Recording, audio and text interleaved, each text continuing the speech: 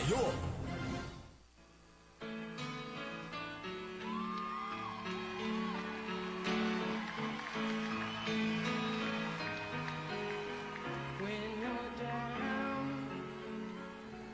Sa bawat paglipas ng araw, hatid ng pagtubok ng magkaminsan ay sumisira sa magandang pangarap. Ano man ang iyong pagkatao, noon at ngayon, huwag kang padadala sa mga pangyayari, sapagkat sa bawat balaki ng likha, kasama ka, kaibigan. Araw-araw, Lunes hanggang Biyernes, dito sa DWWD, Radyo Kawal Pilipino. Kasama ka, kaibigan. Just call out my name, and you know wherever I am, I'll come running to see you again.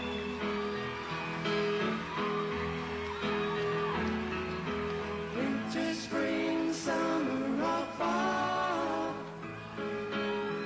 All you have to do is call, and I'll be there. Yes, I will. You got a friend. Kasama ka, kaibigan.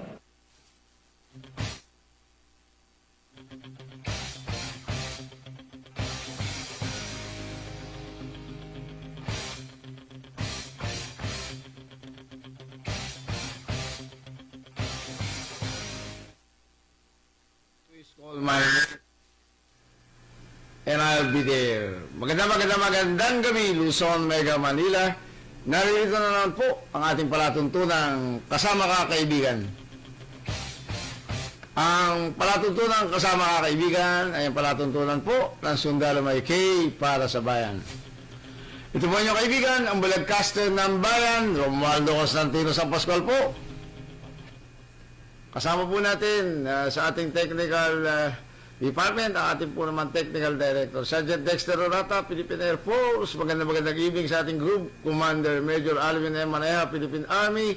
Sa ating deputy group commander, station manager, Captain Aldrin Almendas, Philippine Army. Sa ating commander, CRS AFP, Major General Benvenido Datuin Jr., at sa ating Chief of Staff, magandang gabi po, General Carlito Galvez Jr., AFP. Okay, kasama po natin, Redentor Oro. Magandang gabi po. Samahan niyo po kami ni Caramel sa loob ng isang oras, ika-7 hanggang ika-8 ng gabi. Okay, at siyempre po, magandang umaga. Tuloy. Nag-umaga, sa ibang bansa. Sa ibang bansa at sa bansang Amerika, bansang Hapon. At siyempre atin po naman binabati ang ating pong kaibigan, si Lieutenant Jerome Macuba, Philippine Army, ang Project Officer po ng Project Kapagdaka, Department of National Defense, at lahat po ng katipunan ng mga Kawalupay Kapansanan Incorporated, officers and members. At sa lahat po ng mga Sundalo May K, dyan po naman sa Armed Forces of the Philippines Medical Center. Okay, kasamang Redentor, arangkadahin mo na, biglang balita. Sinimula na ng Metro Manila Development Authority o MMDA ang kanilang preparasyon para sa darating na undas. Ayon kay MMDA spokesperson Celine Pialago, magde-deploy sila ng 3,000 tauhan sa mismong araw ng All Saint Days o All Souls Days.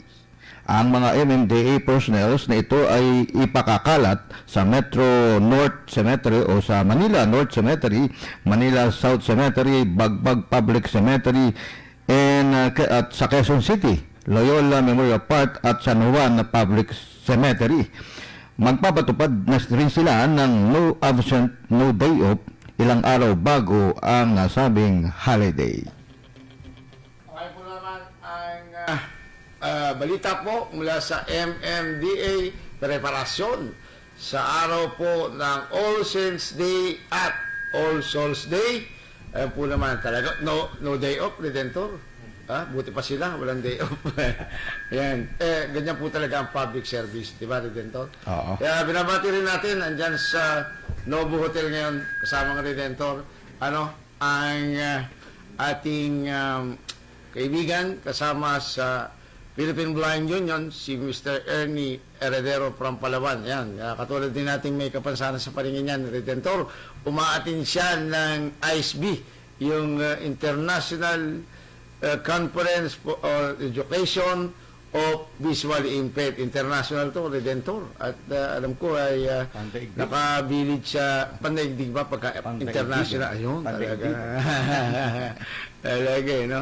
Yan po. At binabati rin natin si Mr. Benny Miranda, Miss Benny Mateo ng Pinate, Philippine International Network on Accessible Tourism. Nakararating lang, Redentor. Siya ay amputee, kasama rin dito, PWD rin, no? Persons with disabilities na umatin ng isang international conference tungkol sa accessible tourism. Ayan, Napakasipag, Redentor. no? Kita mo naman, di ba? Hindi masipag. Kahit masipag ka, pag walang pagkakataon or nga. binigay, naimbitahan ka, dapat, di ba? Para makarating sa ganung lugar na, alam mo na, ha? International ang dating. Ano mo ang mga may kapansanan na Pilipino? Maraming talagang magagaling na nakakarating sa iba't ibang bansa dahil doon sila'y mga naimbita o kaya naman meron tayong alam talagang nagsasalita sa international audience, no? Tungkol sa may kapansanan. Isang advocates ng may kapansanan, si Mr. Lauro Porcil. Ayan, kaibigan po natin yan, na talagang sa UN sa Switzerland, nagsasalita yan doon, sa UN sa New York, no? Na talagang binibigyan ng importansya na marinig ang mga Pilipinong may kapansanan. Ganyan kasama rin dito. Ika nga, yung ka-friendly ang mundo sa ating persons with disabilities. Okay. Yung biglang balita. Sinumulan ng talakayin sa House Committee on Labor and Employment ang mga panukala na naglalayong bigyan ng proteksyon ng mga empleyado ng Business Process Outsourcing o BPO.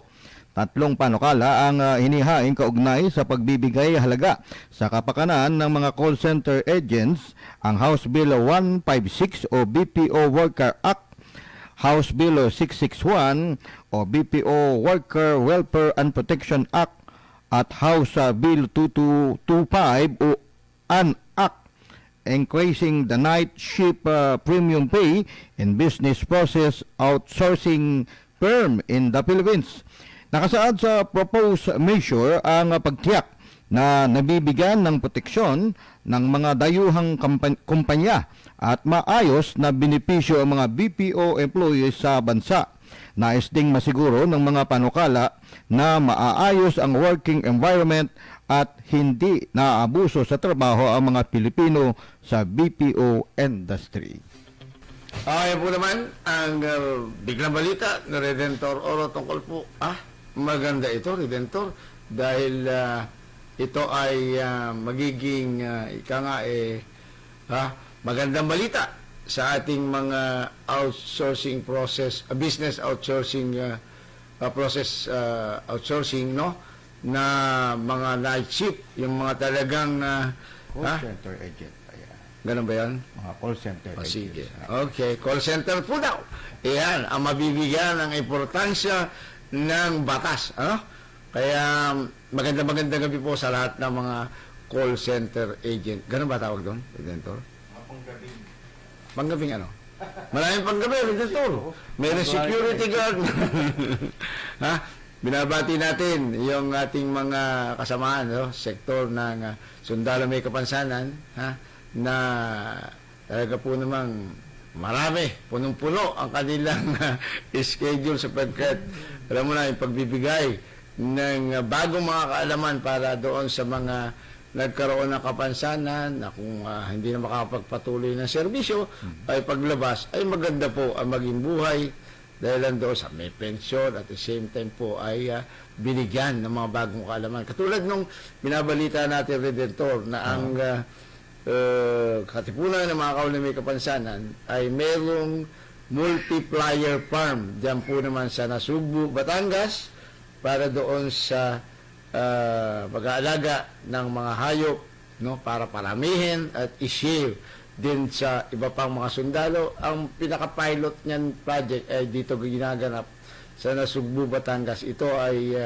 multiplier farm na minamanage ng Triple KI at ng Project Kapagdaka, nasa ilalim ng Department of National Defense, Redentor. Kaya, alam mo, yun yung sinasabi natin na napaka-swerte, maraming programa para sa ating mga sundalong may kapansanan. At yan sa pamamagitan, siyempre, ng pagsusulong ng mismo ang pagbibigay ng importansya ng pamahalang Rodrigo Roa Duterte sa ating mga sundalong naglingkod, no? Hindi ito yung mga napukpok napukpok sa ulo, hindi po mga ganun, naglasing. Ito po yung talagang at bago ka maging membro ng Katipunan ng Macau na may kapansanan, ay talagang ang requirements yan, kung ikaw ay CDD na, P4, yung discharge order mo sa Armed Forces of the Philippines Medical Center at yung mga spot report, mga iba pang talagang ikaw ay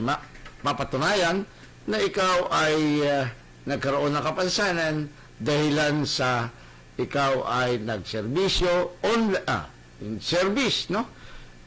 Service related yung disability, Redentor. Hindi basta-basta kasi mayroong mga na pagkatapos magserbisyo tsaka nagkaroon ng kapansanan, hindi na yon kumbaga kwalipikado na magmembro. Yun talaga lang nasa batas na binibigyan, katulad yung mga naging biktima ng Marawi Siege, no, ay sila ay merong kaakibat na financial assistance na nakuha sa pagkakaroon nila ng kapansanan. Kung ikaw ay yung WIA, Wounded in Action, merong kaakibat yan na alalay, suporta, pinansyal galing sa ating pamahalaan. At kung ikaw naman ay KIA, Killed in Action, mas malaki.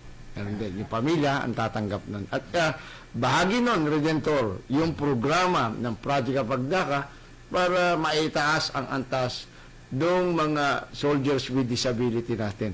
Kaya, iba talaga no? Kung katulad namin, kung kami hindi na naging bahagi ng hukbong sandatahan ng Pilipinas, baka kami ngayon ngangalang. Di ba? Baka nabulag ka, naputulang ka ng paa, naputulang ka ng kamay. Kaya napakaganda ng programa. At hindi lang po para sa sundalo. Pati po yung mga persons with disability natin na talagang maayos naman at nakapag-aral. Iyan ay merong batas, Redentor, para dun sa yung accommodation sa employment. Basta qualified, hindi yung dahil parang preferential treatment, hindi ganun, Redentor. Kailangan ay kwalipikado ka na ayon doon sa sinasabi ng batas na yung accommodation para sa employment. Republic Act 9442 yan, Redentor, in amendment doon sa Republic Act 7277, yung Biblia ng Persons with Disabilities, Magna Carta for PWDs, Republic Act 7277. Diyan nakamaloob, Redentor, yung marami, na mga biyaya, benepisyo nang galing mismo sinasaad at itinatadhana ng batas. Okay, biglang balita, Redentor. Permit ng Provincial Bus Terminal sa EDSA Balak ipakansila ng MMDA. Planong patanggalan ng Metro Manila Development Authority o MMDA ng business permits ang mga provincial bus terminal sa EDSA upang tuluyan na umanong lumuwag ang daloy ng trapiko. Ayon kay Jojo Garcia, General Manager ng MMDA, kanila raw kakausapin ang mga Local Government Unit o LGU upang buwiin ang mga business permit na mga ito. Layon daw nila na walang provincial buses na dadaan sa EDSA. Suportado rin daw ng gobyerno ang hakbang nito ng MMDA. Nasa 46 ang bus terminal sa kahabaan ng EDSA at halos isang taon ang ginugol ng MMDA sa pagpapasara sa mga napatunayang illegal na nag-ooperate. Sinabi ni Bong Debreha, hepe ng MMDA Task Force Special Operation, na malaking ginhawa sa EDSA ang pagtanggal ng mga ito, pati na rin ang mga nagpapark gaya ng tricycle, taxi at UV. Pero sabi ni Debreha, hindi naman bibiglain ang implementasyon ng total ban sa provincial buses sa EDSA. Enero ang target nila na mapaluwag ng husto ang EDSA. Ay, alam mo, yung related dyan doon, Redentor, doon sa ginawa na pinuntahan namin, no, yung audit team ng MMDA na kung saan ay bahagi tayo. Kasama natin dyan ang Department of Transportation, LTFRB, United Architect of the Philippines, at siyempre, naging bahagi ang ating himpilan dahil doon sa binigyan natin ng ikakulang para maipaabot, no? Kinooper natin, bali, ay ako naman, ang bali ni-represent natin doon, yung National Anti-Poverty Commission, which is, ako po yung council member representing soldiers with disability and the blind sector. At isusunod namin niya, kaya, di ba, dumating yung ating imbitasyon sa akin na magpupulong uli, kasi doon i-assess o yung reporting ng mga naganap na ating audit dito na ginawa natin sa mga bus terminal sa kahabaan ng EDSA. At handun nga yung Byron ba o Byron yung pronunciation nun? Transportation. Yan, Byron. Byron. Kasi siyempre hindi natin nakita, kaya tinatanong ko sa iyo para kung letter B yan, as in victory, or B as in boy, as in victory ba? Byron, bus. Byron. Byron, ayun, sabi ko nga sa'yo, Byron eh. At pag-usapan, Redentor, tama yung kasama sa balita mo, na yung mga provincial buses ay magkakaroon na ng mga bus terminals, no? Mga terminals outside, bali dun sa mga hindi na makakaabala, hindi dito sa EDSA. At napag-alaman ko nga kung i-audit din natin yung dito sa bahagi ng southern part of Metro Manila na andun yung high-tech, ano daw to? High-end na bus terminal. Kaya isa yan, siguro mga ating yan i-audit ng October 26 or ito muna yung meeting, no?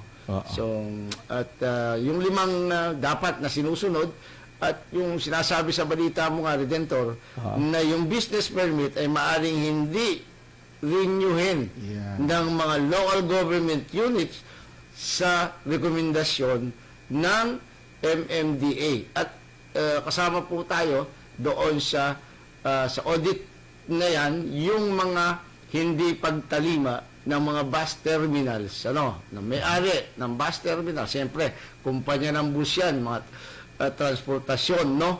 Yan ay ibabase doon sa compliance nila kung nag-comply sila doon sa mga requirements ng Batas Pambansa 344, yung accessibility law, Redentor. At hindi naman bigla, no? Na unti-unti dahil naiintindihan naman natin yung sitwasyon at ang gusto lang natin nga ma-audit, malaman natin yung mga bus terminals na sumusunod dun sa sinasabi implementing rules and regulations regarding Batas Pambansa 344 or the accessibility law na dapat noon pa yan, Redentor. Noon pa. Senador pa, alam ko nag-akda niyan, si dating Senador Orly Mercado. At yan ma-aprobahan panahon ni Madam Cory Aquino, no?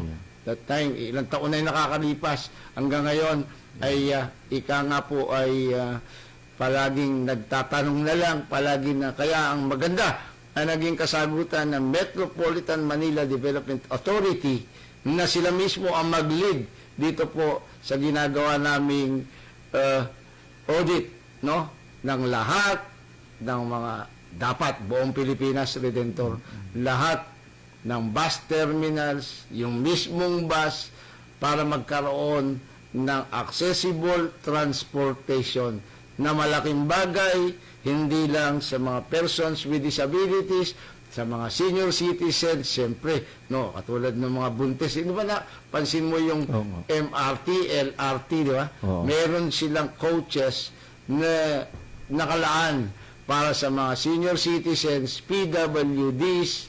Ulitin natin. Ang gusto pala, nasita na pala yan sa UN. Yung sinasabi na dapat pag nagsinabi mo, hindi PWDs, person with disabilities. Buuin natin. Yan po. Kasama yan doon. Kaya, alam mo, yan yung pagtalima, dahilan tayo, ang Pilipinas Redentor, para sa kaalaman ng marami, ang Pilipinas, isa sa signatories sa United Nations Convention on the Rights of Persons with Disabilities. Kaya dito, ang ating group, yung Philippine Coalition on the United Nations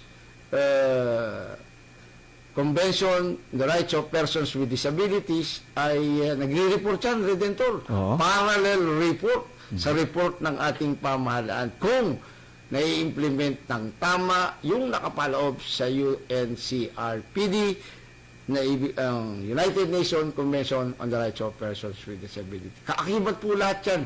Yung mga local laws natin, katulad ng BP 344, dapat iyan ay ating implement, full implementation of the law para makaakma ang ating kapaligiran, maging PWD, persons with disabilities, persons with disabilities friendly. Ayan, Redentor. Carmel, diba? dagdag ko na rin, no? Ayun. Napakarami palang Talagang terminal sa kahabaan ng EDSA. Terminals? 6 na terminal sa kahabaan ng EDSA. Yan. At yung isa sa mga nakapaloob dun sa iyo audit, yung meron mga plano or maaring ginagawa niyan. Itong isa sa Marikina para i-decongest yung EDSA. Yan. Para yung trapiko ay maging magaan sa kabuuan ng Metro Manila at hindi na kumbaga mapapasukin ang mga provincial buses dito. Doon pa lang sa katulad nung ating titingnan, yung audit, yung terminal na ang bali lahat po ng mga bus companies ay pwedeng gumamit dito, yung dito sa may parting southern part of Manila, Redentor. Kaya merong magkakaroon sa Marikina, maaaring dito sa may Valenzuela, at binabati po natin yung Comet, no, yung inventor po ng mga vehicles, no. Papilot nila yung lugar dito from Valenzuela to Esengot, na yung ruta ng accessible transportation na yan ay ipapilot na itong buwan na to sa mga darating na araw. Mga ilang linggo na lang siguro. Kaya binabati natin sila, napaka-friendly nila sa PWDs, sa persons with disabilities, yung kanilang sasakyan, no? At siyempre, batiin na rin natin yung sila, yung mga taga Byron, na talagang sila po ay umayon at aayusin din nila yung ating mga napansin, nakita na mga tungkol dito sa implementasyon ng Batas Pambansa 344. Yung rampa na dapat hindi mataas, dapat hindi makitid, no? Yung restroom dapat nakakaikot, yung ating mga persons with disabilities at Redentor, yung mga mayroong mga bagong anak, no, na magbibiyahe, meron silang isang enclosed o may privacy para doon sa kain, no, sa kanilang mga anak, Redentor. Ay, biglang balita. Huli ang 2 lalaki matapos mahulihan ng ilegal na droga sa barangay Tunsoya, Malabon City. Nakilala ang mga suspect na sina Joel Litran, 52 taong gulang, at Eduardo Anota, 50 taong gulang. Ayon sa Malabon City Police, nagsasagawa ang kanilang mga kawani ng Oplan Kalugad sa barangay Tunsuya nang makita ang kahina-hinalang kilos ng dalawa. Nang kapkapan ay doon din nakuha ang 2 sachet ng shabu. Agad na dinakip sina Litran at Anota na ngayon ay naharap o ay maharap sa kasong paglabag sa Republic Act 9165 o Comprehensive Dangerous Drug Act of 2002. Okay po naman ang biglang balita ni kasamang Redentor Oro tungkol po ito sa, alam mo na, yung problema. Sabi nga nila, international daw na problema yan, Redentor. Pang buong, yung ba, worldwide na problema, no? But, alam mo, hindi naman magiging ganyan yan kung, yung katulad nung nakaraang barangay election, no? Kung yung mga pinili ng mga mamamayan natin, mga kababayan natin, na manungkulan sa kanilang barangay, Redentor. Yan ang sinasabi ko kasi makapangyarihan, Redentor, ng barangay. Ayun. Ha? Ang barangay makapangyarihan. Makapangyarihan yan. Kaya kung ang barangay nananawagan tayo, wag niyo po munang intindihin ang eleksyon darating. Yung local midterm election, intindihin niyo muna para kayo tumalima dun sa mga kautusan na gustong mangyari ng ating Pangulong Rodrigo Roa Duterte. Aba, i-implement nyo lang po. Wala nang problema ang ating Pangulo. Sapagkat ang barangay, kasama rin din to, sa pagkakaalam ko, ang barangay ang pinakamakapangyarihang posisyon sa buong Pilipinas. Alam mo kung bakit? Bakit ka? Di ba ang presidente, executive? Oo. Di ba? Tungkol sa implementasyon, pagpapasunod, no? Oo. But ang barangay kapitan, alam mo ba? Ang pinapapil niyan sa kanyang barangay, Anong pinapapili? executive. Isa. Ha? Siya nagpapatupad ng local laws, mga ordinansa, national laws sa kanyang barangay. Tapos siya pa rin ang, yung tungkol sa legislasyon. Siya pa rin. Siya kasi ang presiding officer ng barangay council. Kita mo na yun. Kung may kakulangan sa ordinansa, resolusyon, ano pang dapat na pamamaraan para maipatupad sa kanyang lugar, siya pa rin ang masusunod presiding officer.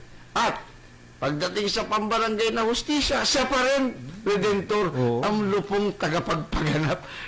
Tapos sasabihin mo sa akin, nung may in-interview nga ako, Redentor, nun, sabi ko, kumusta po ang drugs sa inyo? Tako, sabi niya, Carumel, napakalaking problema. Kasi problema na to ng mundo. Sabi ko, hindi po. Kung gagawin nyo lang po, noon, kung ginawa ninyo noon, hindi nakadami yan. Di ba? Ngayon, tapos ikakatwiran, armado na. Bakit naging armado? Kasi padalawa-dalawa, patatlo-tatlo, hindi nyo inintindi. Nasa inyong lahat. Ngayon, balak pa nga armasan, no? Sana, wag na. Kasi, hindi naman kailangan na armasin. Pagpapatupad ng talagang kanilang katungkulan, magkaroon sila ng malay, Redentor. Di ba na, isipin mo, may isang barangay captain dyan sa Malabon. Katabi yata ng bahay, ng bahay niya. Yung laboratorio, hindi niya alam, nakaalam pa, mga pideya na sa Quezon City, nakataga Paranaque, di ba? Baka Kaya, nagbubulag-bulagan nakatulog. hindi ka tulad. Patunayan nga, dito nagbubulag-bulagan ako pag hindi mo binawi yan. Baka matulad Hindi, ka ako ka dun sa barangay Tanod na Ako ka, pinag-public apology ko dun sa barangay namin. Dahil sabi niya sa akin nun, ako daw wag nang magpanggap na bulag at nanalo na raw naman ako. Abay, sabi ko sa kanya, pag hindi mo binawi yan, magkakaproblema ka. Baka ikaw kasuhan ko, sabi ko gano'n, public apology ka. At kung ayaw mo, dahil gusto mo talagang patunayan hindi ako bulag, sabi ko, examine ako ng mata ko, magpapa-check up ako gagastos. At pag sinabi ng doktor mo na ako hindi talaga bulag, unang balita mo na rin dyan, Tol. Okay. Oo. Drug surrendery muling nadakip sa drug operation sa Quezon City. Balik kulungan ng isang drug surrendery matapos madakip sa isinagawang drug by bus operation ng mga pulis sa barangay San Martin de Porres sa Cubao, Quezon City. Nakilala ang suspect na si Julius Sanyes alias Uyok na dati nang sumuko sa Oplan Tokhang ng mga otoridad. Napag-alamang bumalik ito sa paggamit ng droga kaya naman muli itong napabilang sa binabantayang drug watch list ng Quezon City Police District o QCPD Station 7. Na-recover mula kay Sanyes ang 13 maliliit na plastic sachet ng shabu at isang cellphone na ginagamit nito sa kanyang mga transaksyon. Maharap ang suspect sa kasong paglabag sa Republic Act 9165 o Comprehensive Dangerous Drug Act of 2002. Okay, tuloy mo pa rin ang iyong biglang balita. Department of Finance and Excise Tax ng petrolyo sa train law di kaagad mapipigil.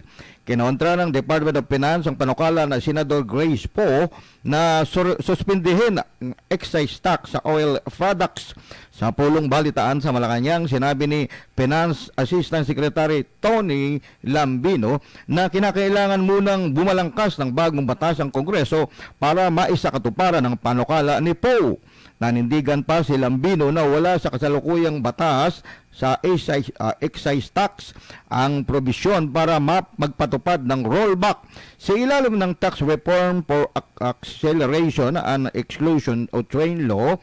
Tumaas ng 2 piso at 50 sentimo ang presyo ng oil products kada litro dahil sa fuel excise tax at muli itong tataas ng 6 na piso sa susunod na 3 taon. Ay, yan po naman ang naghudyat ng ating pagpapakilala ng ating po namang himpilan.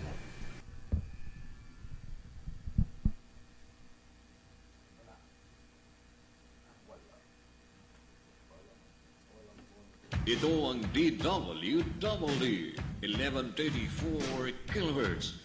Balita, impormasyon at musika. AM at FM pinagsama. Ito ang Katropa Radio. Iba tayo. Kayo ay nakatutok sa 1134 kHz. DWDD Katropa Radio. Iba tayo. Kami po ay kasapi ng KBP, kapisanan ng mga broadcaster ng Pilipinas. Ibalik ang disiplina, kaibigan.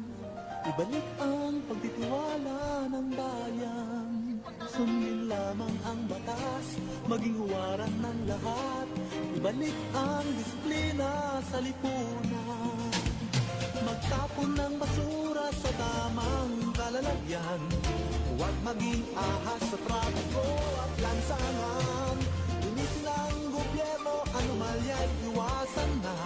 Itindig muli ang Pilipinas, ating inang bayan.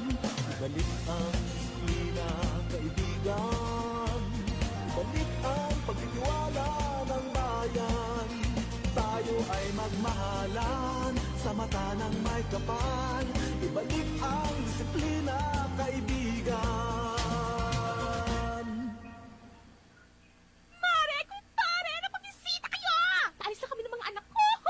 Akalain mo ba namang Corps Commander ang panganay ko si Tonyo? Yun lang naman ang pinakamataas na posisyon ng Reserve Officer Training Corps or ROTC unit na nasa universidad. 4 na taon na rin siyang nasa ROTC at ang dami niyang financial incentives buong college life niya. Kaya naman may naipundar akong pampiesta mamaya pag-uwi namin. Kasi ngayon na, as in ngayon na, ang turn of the right ceremony nila. At itutuloy ni Tonyo ang pagiging niya sandala sa Philippine Army. Bongga, diba? Kaya't payagan na mag-enroll si Junior pati na rin si Nene sa pinakamalapit na Department of Military Science and Tactics at i-enjoy ang benefits and pride of having a hero for a son or daughter. Tara, sama na rin kayo sa turn of right ceremony. Alam niyo ba, just proud na proud ako sa anak ko. Ang gaba-gaba niya.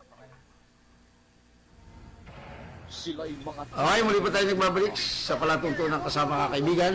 At kasama po rin po natin ating Technical Director, si kasamang Sergeant Dexter Orata, Philippine Air Force, at si kasamang Redemptor Oro, ito pa rin po ang inyong kaibigan na broadcaster ng bayan.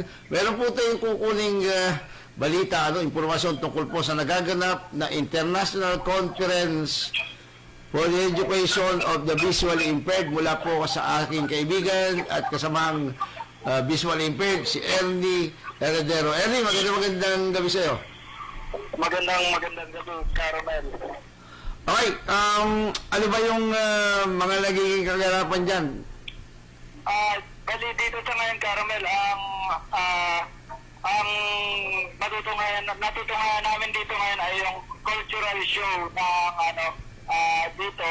Pinapakita yung iba't ibang talent na Filipino culture dito sa mga participants from the Philippines at sa iba-ibang bansa pa na naririto ngayon. Okay. Ano bale ang tema ng nabanggit na pagpupulong ng mga may kapansanan sa paningin sa buong mundo? Bali, ang ICVI Conference, International Council on Education of the Persons with Visual Impairment, ay isang international conference na ginaganap dito ngayon para isulong yung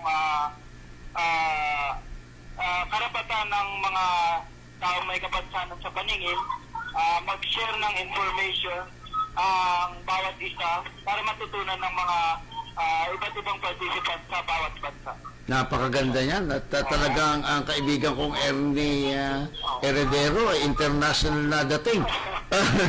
Bali, Hindi kasi, ang kagandahan kasi dito, Caromel, yung mga experience ng ibang bansa, kung halimbawa maganda yung sistema ng pamamalakad sa edukasyon sa kanila doon, malalaman rin, isinishare nila kung paano nila sinimulan, paano nila ginawa yun para makamit yung ganong sitwasyon nila ngayon, yung sistema nila. yan, alam mo, may pagmamalaki natin sa ating programang Kasama Ka Kaibigan, ang mga impormasyon talagang buhay na buhay, live na live, mismo sa pinangyayarihan ng nabanggit na okasyon, ano, yung International Council for the Education of the Visually Impaired. Sino ba yung tayo yung nag-host ngayon? Opo. Ang nag-host po nito, ang host country ay Philippines sa pangunguna ng Resources for the Blind Incorporated. And alam mo, aatin ako siguro sa susunod na ICEBI conference sa ibang bansa. Ayoko sa local kasi. So, ano ang iyong ekspektasyon sa nabanggit na konferensya? Ayun, maraming matututunan dito kasi lalo yung ang isang programang importante dito na nagawa ng ibang bansa, tutukuyin ko na yung sa halimbawa na lang natin ay yung sa Mongolia. Ayan. Sa Mongolia? Mongolia. Okay. Ayan. Bali, sa Mongolia kasi ang ginawa nila para mas mapabuti ang pag-aaral ng mga persons with visual impairment, nag-train sila ng mga guro. Hindi lang yung mga expert teachers, kundi pati yung mga receiving teachers o yung mga nagtuturo sa regular class. Para sa ganung paraan, yung mga batang walang mga expert center sa mga lugar nila, pwedeng pumasok sa mga regular class. Kaya yung guro nila, capable. Ito yung ibig sabihin na i-ano natin sila, hindi inclusive, hindi exclusive, inclusive education. Inclusive. Yes. Hindi lang yung mga expert teacher, yung dapat na nakakaalam na magturo sa mga may kapansanan, kundi lahat ng mga guro dapat capable dahil inclusive education na nga po dito rin sa ating bansa sa Pilipinas. Yes, at siguro dapat nahandyan ang ating Department of Education. Ang SID, dapat nahandyan sila. Sana po naririnig ka po nila tayo ngayon. Oo, at siyempre kasama yan doon sa magagandang konferensya na pang-international ay makopya at maramdaman na rin dito sa Pilipinas na yung dapat inclusive na talaga. Kasi, di ba, experience ng marami. Pag exclusive, parang paglabas doon sa school, gumrado sa exclusive school, parang shock, culture shock, dahil nagulat siya, meron palang mga nakakakita sa mundo. Di ba? Di ba? Kasi ang magkakasama, puro blind, dapat mangyari na yung inclusive education para sa mga Pilipino blind. Yung sinasabing inclusive education, Caromel, hindi lang yan patas, Caromel, ha? Oo. Dapat ginagawang tunay. Tunay, oo. Maranasan sana ng mga lahat ng tao. Yes. Hindi lang ng mga nakakakita, hindi lang ng mga walang kapansanan, kundi lahat kasama kakaibigan. Yes, siyempre. Talagang kinakailangan yan. At sa tagal na natin sa advokasya at dito sa ating palatuntunan ay na talagang ito, voluntaryo po ito na nagbibigay ng impormasyon dahil nga din sa isang nagaganap na international conference para sa ICEBI. Ibig sabihin po ng ICEBI is International Council for the Education of Visually Impaired. Ibig sabihin, mga edukador at mga BI ang lahan dyan. Opo, mga iba't ibang organisasyon or international organization rin po na siyang mga nakatutok rin po pagdating sa edukasyon sa bawat lugar po nila. Yan ba ang ICEBI ay bahagi ng World Blind Union? Affiliated rin po. Affiliate siya ng World Opo. Blind Union. Ibig sabihin, ikaw bilang isang Philippine Blind Union member ay marami tayong mga organisasyon ng blind dito sa Pilipinas. Opo. Represented din ba sila? Opo, opo. Yan na maganda. Dapat walang maiiwan. Dapat Opo. andyan lahat yung inclusive na tinatawag. Ha? Maski ikaw Yung no one left behind, ano? yan ang sinasabi ko sa... NCD, 2030. Yes. So, bigyan mo ating mga tagapakinig ng iyong obserbasyon bilang isa ring magiging edukador, no? Na may kapansanan sa paningin at isang computer literate, no? Na talagang binabahagi ang kanyang kaalaman, lalong-lala sa kanyang lalawigan. Kasamang Ernie, yung iyong palawagan o na iyong naging eksperyensya sa pag-attend mo sa isang international conference for the visually impaired. Okay, maraming salamat sa pagkakataon, Caramel. Ayun, napakagandang experience nito, lalo na sa mga sa mga bagong edukador kaya sa akin kasi napakarami pa pala ng mga bagong kaalaman na natutunan ko rito. Marami pa pala mga assistive technology para sa mga low vision. Yan pong mga malalabo lang yung paningin na may kaunti pang nakikita. So, yun mga low vision technology. Kaya yung mga may problema sa paningin na nag-uumpisang lumabo pa lang yung paningin, huwag po kayong mahihiyang magpatingin sa mga eksperto, sa mga doktor natin, sa mga totoong doktor. Kasi hindi po dapat yun ikinakahiya, kundi dapat po ina-actionan po natin yan para hindi po lumala. At kung marami naman po mga organisasyon na maaaring makatulong sa atin. At lalo na, hindi kinakahiya ang kapansanan. Yes, Yun dapat. po. Ano naman ang magiging panawagan mo doon sa mga dilat na walang kita? Ayun. Sana makita nyo kami. Ayun. Di ba? Opo, opo. Bahagi ba sila niyan? Ang ano po? Yung mga dilat na walang kita? Yes.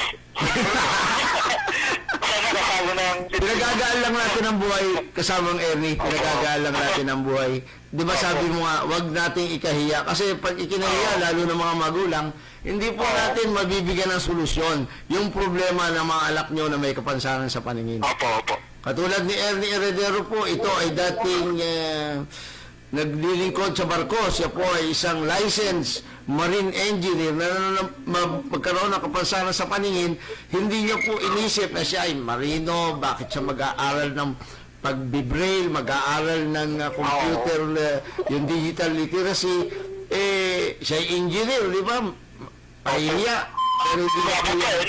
Talagang siya po ay nag-aral para ma-share niya. Alam niyo, sa lalawigan ng Palawan, si Ernie ay nakapagdala ng 2 beses ng pagtuturo ng digital literacy or itong tungkol din sa paggamit ng mga mobile phones. Di ba, Ernie? Opo, opo. So, yan. At yung iyong panawagan sa ating mga kababayan.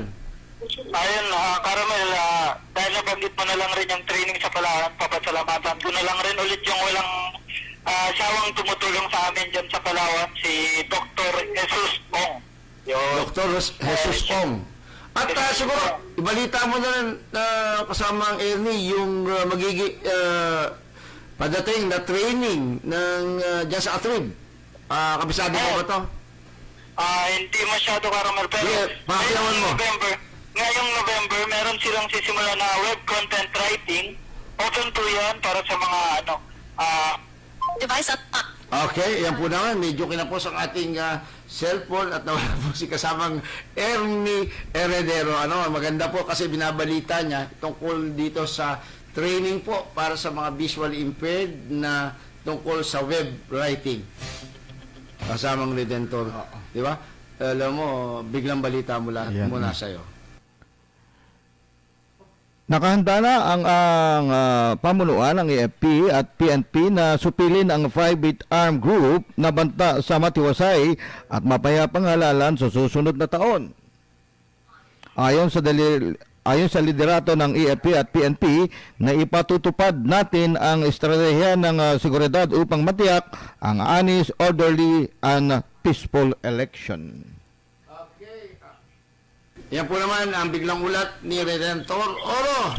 At muli, nagbalik ang ating kaibigan mula po naman sa Philippine Blind Union at isa pong visually impaired na umaating po ngayon ng International Conference ng ICBI, ito pong International Council for Visually for the Education of the Visually Impaired. Kasamang Ernie, magandang gabi muli sa'yo. Magandang gabi ulit, Caramel. So yun, buong Pilipinas at sa buong mundo. International tayo. yes, siyempre, international tayo. Ganyan talaga, yung ang Pilipino hindi nagpapahuli lalo sa mga komperensyang international. At meron nga akong kaibigan na dapat makakasama rin natin ngayon, si Miss Benny Mateo, na umattend ng International Conference for the Accessible Tourism. Ayan, Benny, magandang evening sa'yo. Alam ko, kalahati mo lang. So, siguro, baka bukas tayo magkausap at update. Ernie, ang panawagan mo tungkol dito sa gaganaping pag-aaral ng web writing at iba pang mga training ng ATRIB. Ayun, sa November po, ngayong first week po ng November, mag-start po yung web content writing training ng ATRIB. More or less, mga nasa 30 days rin po ito. Dito po ituturo yung paggagawa ng basic website at pagsusulat ng kung ano yung kailangan nating ilalaman doon. Halimbawa niyan ay yung mga kwento o yung mga blog na sinasabi.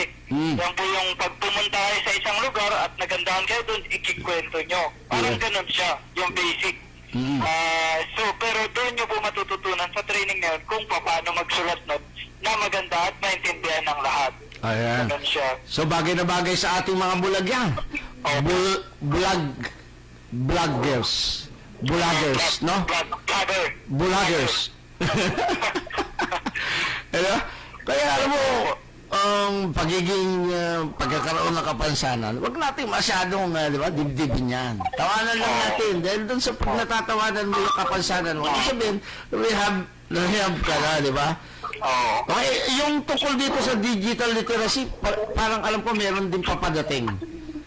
Ang digital literacy, ito po yung basic computer training. Pwede siya yung kung sino pa yung unang-una pa lang na matututo ng computer para sa mga blind. So yun yung unang training na dapat nakunin nila. Yan ba yung tinake natin noon? Digital literacy. So, pag tapos ka niyan, at maski yung counterpart, yung ibang katulad na ganitong klase, ay pwedeng pumasok dito sa web content writing. Okay. Opo. Ayan. Yung web content writing, ano yan? Magandang opportunity, magandang training para makakuha ng magandang opportunity. Kasi yan po yung mga simula ng mga work online, home-based work. Ganyan. Yes, sa bahay ka lang, Yan, oo. Malaking bayad yan. Bagay na bagay ito sa mga katulad natin. Kaya pag nakatapos tayo niyan, ang tawag sa atin, vloggers. Oo. Di ba? Pag nakakakita, vloggers. No? Oo. Tama. Yeah. So, sa mga nakikinig sa atin na baka may babatiin ka, go ahead. Binabati ko lang yung mga kaibigan natin dyan sa Project 4, lalong-lalo na yung pamilya Lucio. Ayan, magandang evening, Mr. Ernie Lucio, ang ating kaibigan. Pati si Miss Tenten at si Tita Josie. Ayan. Si Mr. Ernie Lucio po ay yan ang aking social worker nung ako nag-aaral, nag-rehab dyan po sa National Vocational Rehabilitation Center. Okay, Ernie, ano pa yung gusto mong ipaabot sa ating mga tagapakinig? Maraming salamat ulit sa lahat mga nakikinig, sa mga may kamag-anak dyan na may kapansanan o may kapansanan sa paningin. Huwag kayong mahihiya. Kapag may kailangan po kayong mga tanong, itanong nyo lang po kay Carmel. Tawagan nyo lang po siya. Yan po ang ating kaibigan. Mula po rito sa Nobudol, Araneta Center, Cubao. Ito po si ang inyong kaibigan, si Ka-Ernie Heredero, DC, DWWG. Ayan, talaga naman nakita mo yan, Redentor, ha? Maraming salamat, Ernie Heredero ng Philippine Blind Union na ating po namang correspondent. Ano? Ayan, kita mo, Redentor. Di ba? Kaya, biglang balita ni Redentor Oro. Ito pa naman ang dilat na balita. Nasawi ang isang ina habang nasa malubhang kalagayan ng 3 miyembro ng pamilya matapos na sila ay makuryente ng malagot ang kable sa poste ng kuryente sa barangay Santa Rosa, Abulog, Cagayan. Hindi na umabot ng buhay sa ospital ang biktimang si Banji Alilam, 21 taong gulang, habang inobserbahan ang mister nitong si Ricardo, 27 taong gulang, anak na si Aristotel, 12 taong gulang, at lolo na si Romeo, 61 taong gulang. Batay sa ulat, nalagot ng minamanehong cement mixer truck ni Eddie Pariñas, 60 taong gulang, ang nadaan ng kable ng kuryente ng Cagayan Electric Cooperative at lumapag ang kabilang dulo nito sa irrigation canal kung saan naglalaro sa Aristotel. Agad ng isay, dito ay sinugod ang mga magulang na sina Ricardo at Banji kasama ang lolo na si Romeo ng sumaklolo, subalit maging sila ay nakuryente rin. Okay po naman ang biglang balita ni Redentor Oro. At alam mo, Redentor, pinabati natin lahat ng mga organisasyon, no, ng mga may kapansanan sa paningin dito sa Pilipinas. Abay, international na ang dating, Redentor, di ba? Oo. Pag mayroong World Blind Union Convention, nakakarating yung ating mga may kapansanan sa paningin dyan. Yung binanggit mo kanila, yung Karami. binati niya na si Mr. Ernie Lucio, kasama ng Redentor, yan yung aking social worker. Yan yung mentor natin nung bago-bago tayo na nabubulag, no? At siya yung naging talagang umalalay sa atin nung nandyan tayo sa National Vocational Rehabilitation Center. Naging pangulo din niya ng Philippine Blind Union. At binabati rin natin, siyempre, yung akin namang mentor din, yung ngayon ay chairman ng Visually Impaired Brotherhood for Excellent Service, ang pinakamalaking kooperatiba, no? Isa yan, hindi lang sa mga may kapansanan, sa mga kooperatiba sa buong Pilipinas. Isa sila sa malaki. At yan po, mapapansin nyo, meron na po silang mga franchise, no, na mga massage, yung kanilang clinic na nandyan sa iba't ibang branch ng pinakamalaking mall dito sa Pilipinas. Hindi natin babanggitin kasi commercial yun, baka ikaw singilin. Ayan, si Mr. Dante Chosan na naging ating kumbaga sumuporta, umalalay sa ating rehabilitasyon. Hindi po drugs yun, rehabilitasyon ko, dahil ako po ay nagkaroon ng kapansanan sa paningin. At after my confinement, dyan po naman sa Armed Forces of the Philippines Medical Center, bahagi po yan ng mga aming ika nga ay isinulong na dapat mangyari. Nagkaroon ng agreement ang AFP Medical Center at ang Armed Forces of the Philippines, Department of National Defense, sa nagkaroon ng MOA sa Department of Social Welfare and Development, na ang pinaka-operating arm nito ay ang National Vocational Rehabilitation Center, na ang isang sundalo na madi-discharge before at siya ay nasa convalescence ward, siya ay mag-take ng vocational rehabilitation dyan po naman sa NBRC. Kaya kita nyo, alagang-alaga ng ating pamahalaan. Dahil nga doon sa talagang iba ang paglilingkod bilang isang sundalo. Kaya tayo ay pagpasok, pag nung nasa serbisyo, iba't ibang klase, napakaraming mga schooling bago ka lumabas. Dahil ikaw ay talagang nagkaroon ng kapansanan, Redentor, ay talagang hindi ka papabayaan na basta na lang i-retired or ECDD or separate from the service due to service-connected disability, i-equip ka uli. Hindi na 45, hindi na Armalite, Redentor. Kundi, ang ating binibigay ay yung para makasalamuha uli at makabalik sa mainstream of the society.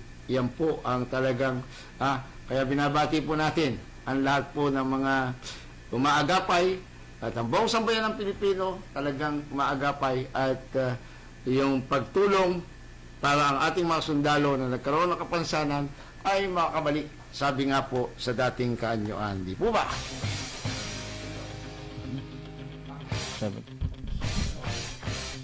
Okay, at yan po ay meron na tayo ilang minuto at siguro magkwentuhan na tayo, Redentor, tungkol dito sa mga tulad nga nung pag-attend ng ating mga kabulagan diyan sa, alam mo, nasa Novo Hotel sila, Redentor.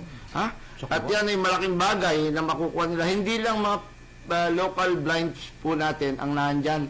Nagkaroon po ng konferensya. Iba't ibang mga lahi, iba't ibang bansa na kinatawan ng kanilang mga namumuno sa mga blind organization sa iba't ibang bahagi ng mundo, no? Kaya alam mo, sabi ko nga, kakwento ako si kanina, si SM, sabi ko nga, itong aking pagkabulag, i-blessing ito, Redentor. Hindi ito katulad nung iba na sinisisi dahil bakit sila nabulag. Hindi po kasalanan ng Panginoon yun. Talagang ito po ay ibinigay sa atin dahil alam ng Panginoon, kaya natin to. It is a blessing, no? Hindi po parusa. Wala pong parusa. Hindi pa naman parusa Diyos. Sapagkat ang Diyos lahat ay talagang binibigyan ng pagkakataon. Di ba, Redentor? Tama-tamaan. Ayun, sabi ko siya, Kaya, ilang minuto na lang ang ating nalalabi sa ating palatuntunan. Dalawang minuto na lang, Karamel. Magwawakas na ang programang Kasama Ka Kaibigan. Hindi tayo magwawakas. Hindi, matatapos. Bukas mapapakinggan pa rin nila tayo. Matatapos. Bakit? Meron ka ba pupuntahan na hindi ka na babalik? Hindi, naalala ko lang yung comics, wakas. Parang nagpaparamdam ka rin dito na wawakasan mo rin. Wakasan kasi yung comics kong binabasa na Ay, gano'n. Oo. Ang dami kang ngayon, Tapos sinabi mo, nagbubulag-bulagan ako. Karamel, maraming salamat nga pala doon sa Diaryong Pilipino Mirror, ha. Napicturean ako doon sa ginanap na Pandesal Festival kahapon. Gupitin mo. Gupitin mo at palaminate mo. Malaking bagay. Nilagay ko sa kwadrong malaki to. Ilaminate mo, tapos pa-scan mo, palaminate mo, tapos pagpapasok ka, isabit mo sa leeg mo.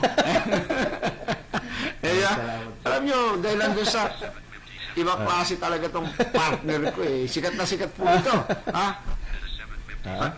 Pag ito po ay umatin ng mga press conference, talagang siya po ay parang talagang napipili ng mga photographer, no? Dinadaluhan din ni Ernie, kaya Carmel, madalas din ako dyan, no? Buhot ka. Hindi ko naman tinatanong hindi, ikaw talaga. Alam mo, yung kakaiba, diba? Sabi ko nga sa'yo, yan po, kaya natin ibinabandera yung mga ganyang balita. Para po ito ay ma-inspire yung ating po namang mga kapatid na may kapansanan, no? Bagong nagkakaroon ng kapansanan, bagong nabubulag, bagong naputulan ng kung ano man na naputol, paa, kamay, di ba? Ay magkaroon po ng tamang direksyon kung paano po tayo at hindi maging pabigat sa ating pamilya at sa ating bayan. Kaya maging wala pong nawala, lalong-lalo po doon sa ating mga nagkaroon ng kapansanan, wala pong nawala sa inyo. Hindi po hindi ibig sabihin tayo po ay nagkaroon ng kapansanan, nawala na tayo ng dignidad. Nandun pa rin po yun. Kaya panatiliin natin yun. Ating proteksyonan yung dignidad na yan, yung ating kaalaman, yung ating pong magandang kaugalian, maproteksyonan nung pagkakaroon natin ng tamang mga, katulad ng paghahanap buhay, edukasyon na kailangan, quality education, binibigay ng ating pamahalaan sa lahat po. Hindi po tinatawag na exclusive. Bulag ka, diyan ka na lang. Hindi ganun po. Ibang klase po ang ating mga nasa, doon sa sektor na, sa academe, sa iba't ibang larangan, no? At mapansin nyo, Redentor, nasa iba't ibang larangan na sa field of endeavors ang ating mga may kapansanan. Meron doktor na yung kausap natin, Redentor, lagi. Okay, Redentor. Romel, paalam na ako.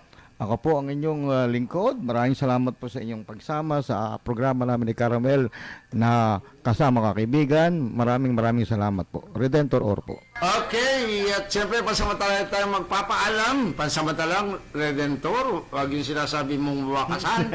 Ikaw, pwedeng mag-isa. Pag ako, huwag mo isama. At siyempre, salamat Redentor Oro sa magandang mga balita. At siyempre sa ating technical director, si Sergeant Dexter Urata. At sa ating Group Commander, Major Alvin M. Manaya, Philippine Army, sa ating Deputy Group Commander, Station Manager, Captain Aldrin Almendras, Philippine Army, sa ating Commander, si RSAFP, Major General Benvenido Datuin Jr., AFP, sa ating po namang Chief of Staff, General Carlito Galvez Jr., AFP. Ito po ang inyong kaibigan, ang broadcaster ng bayan, Romualdo Constantino sa Pascual po para sa programang Kasama Ka, Kaibigan. Kasama ka, kaibigan. Ito ang DWWD 1134 kHz. Balita, impormasyon at musika.